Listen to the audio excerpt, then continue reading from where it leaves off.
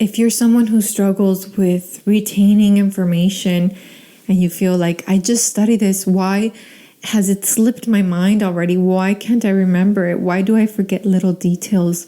Know that this is very common, but there are very easy ways to remember. And so I'd like to show you this graph here to share with you why we forget certain things. One of the faulty things with teachers is that we tend to feel offended if students forget something that we taught or something that we said, because in our minds it means, one, we are not a good teacher, and two, they didn't find it important enough, or they weren't listening, right? We play the blame game, but it really should not be that way. Instead, we should think about just basic memory. What happens to our memory? So now I'd like to bring your attention to a second forgetting curve. So immediate recall, this is like I tell you something and you're able to give it right back to me, is 100% because you just heard it. But if you had some time, 20 minutes, an hour, 9 hours, we kind of flatline at 20% of the information. So imagine that you're taking a class, and this could be a class you take every day,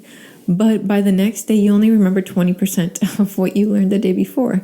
Like, that is amazing information to know. That if we knew that about ourselves, I think we would tackle learning a little differently. And teaching would be tackled a little bit differently. So I wanted to share these curves with you because I am passionate about learning, and I am really passionate about learning how we learn.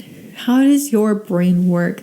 How is it that you can find ways to retain information? And this topic of forgetting and repetition and remembering how we learn, these are topics that are really near and dear to my heart, that I'm passionate about. So if you'd like to see more videos like this, please let me know. This is really different than anything that I've done before. Usually I get just right to teaching, but I love sharing anything I can with you. And if this helps you learn, then that's all I could ever ask for. So let me know your thoughts in the comments down below.